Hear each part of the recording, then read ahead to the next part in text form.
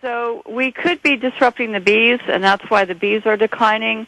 The bats back east are in decline from a fungus, which, if you're taking away the direct sunlight, which acts as a disinfectant, this could be one of the causes. And no one is looking at the global dimming that's going on because of these jet contrails. No one and persisting.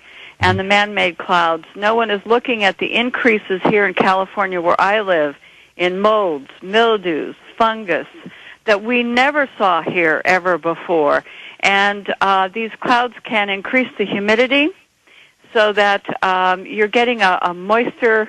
You're living in a moist world in a lot of areas. We have humidity here sometimes where I live, which reads like living in one of the southern states. And it's very odd because we've never had that kind of humidity here. And when the jets cover us over, the humidity definitely goes up. So, and I think that that's another reason that we're warming is because we're putting more man-made cloud cover up. And I think that the lack of vitamin D is causing rickets in children to be epidemic in certain areas, according to the University of California at Berkeley, Kaiser Permanente, which is a healthcare system, the CDC have all talked about increases in other words, not only rickets in children, not seen since the time that children worked in coal mines. So there's a definite lack of vitamin D. Could be causes for fractures in older women. Now that's being discussed. It could be causes for breast cancer related defects in children where pregnant women don't get enough vitamin D when they're pregnant. So, and they're even talking about people having a lack of vitamin D now. Well, if you don't have direct sunlight, you don't get the vitamin D. It can have an impact on animals as well as humans. And the lack of photosynthesis in other words, we're not going to pick up vitamin D in some of the things we eat just because there's not enough direct sunlight reaching the earth. All right, let's jump to our next caller. Let's go to Scott in California. Scott, you're on the line. Hey, Jason. Hi, Rosalind. This is Scott in California, in the high desert of California. I'm the guy that's the A&P mechanic, but I don't work with the jet engines, but I work for a major aerospace firm. Rosalind, I called you a few weeks ago. I talked to you on the phone. You were really nice to me, but you didn't call me back or email me back. Anyway, I was the one that proposed talking about what's known as a high bypass turbofan jet engine. Have you heard of those, Rosalind?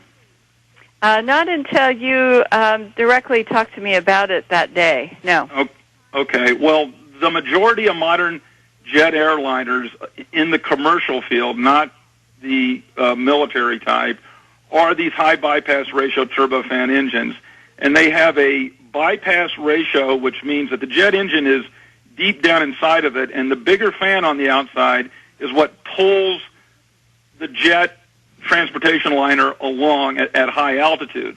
Well, they do two wonderful things, and all the jet engine companies, Rolls-Royce, General Electric, Pratt & Whitney, goes on and on, Garrett Turbine Engine Company, that they've all designed these things for two different reasons, and that is to control the noise around airports, because the outer bigger fan blade, the big blade in front that is not a part of the turbojet engine, will reduce the noise of the jet engine on the inside. It also, because you are a transport plane and you don't have to be like a jet fighter and fly really fast, at altitude, the gearbox and the clutch that runs the bigger fan produces a cruise speed. But the disturbance that they do at high altitude is far more than like a 707. So therefore, if the dew point trip layer, the humidity, I know I'm not saying that quite correctly, but if the atmospheric conditions allow it, whether you see high cirrus clouds or there's just enough humidity in the high atmosphere, you're going to see an influx of bigger condensation clouds or contrails, which has been around since B-17 bombers went over to Europe to bomb Germany. Okay, they had to worry about contrails. I guess my question for you, though, then, Scott, because we did kind of address this with her. You were on the line. I brought you up for sure. Is that why? Well, we talked about how it was an upper atmosphere thing, and the jet engines, and there was no difference between contrails and what we're calling chemtrails. If that is the case, then why do you sometimes see these teams of 3 or 4 planes spraying the skies, and then you have this cloud-like atmosphere? If it's just because of the type of engines. Well, that's pretty easy, Jason. You know that air traffic controllers have to run airplanes at different levels so they don't bump into each other. Even if they're flying along the same flight path, they'll be like a half-mile distance apart, up and down, okay? So they're going to be on a different flight vector, okay? So you're saying that they're not on a specific mission to spray. They're just in waiting. No. They're in limbo. No. All right, hold on. All right, hold on. I'm going to let you talk, but I want to get Rosalind's response to that. Sure. Go ahead, Rosalind. Well, that sounds fine, but there is then this raises there's 3 or 4 questions that I have. First of all, we have jets leaving black contrails here in California. Hold on. We have you'll jets get a chance, leaving Scott. black contrails, and also when the jets, you have certain types of formations that form after a jet goes by. And so what you get is 17 or 18 different types of phenomenon. Some of the contrails dissipate relatively quickly and leave a white haze that can stick around for a long time. Some of the jets leave different types of persisting contrails. And I put up on my website a poster showing all these different types of contrails that are produced.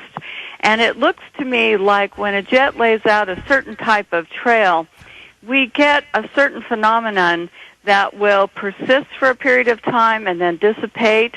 We get some that turn into white haze, and we get some that turn into these huge plumes. We get the black contrails. We get a phenomenon where these contrails turn into brown clouds. And they'll turn into different types of cloud formations, sometimes high cirrus. Sometimes we actually get different types of cloud formation, which are highly unusual. So we have all these different phenomena, which can't all be explained away just because it's all the same thing going on, because you wouldn't see this different phenomenon. And we get colored clouds at times, which can't be ice crystals, because you can see it's like aurora formations that appear during certain types of chemical spraying. And I'm going to go out on a limb here a little bit, but what happens is these aurora-type formations are done when certain types of jets fly here and leave certain types of cloud formations, and then you will see these auroras.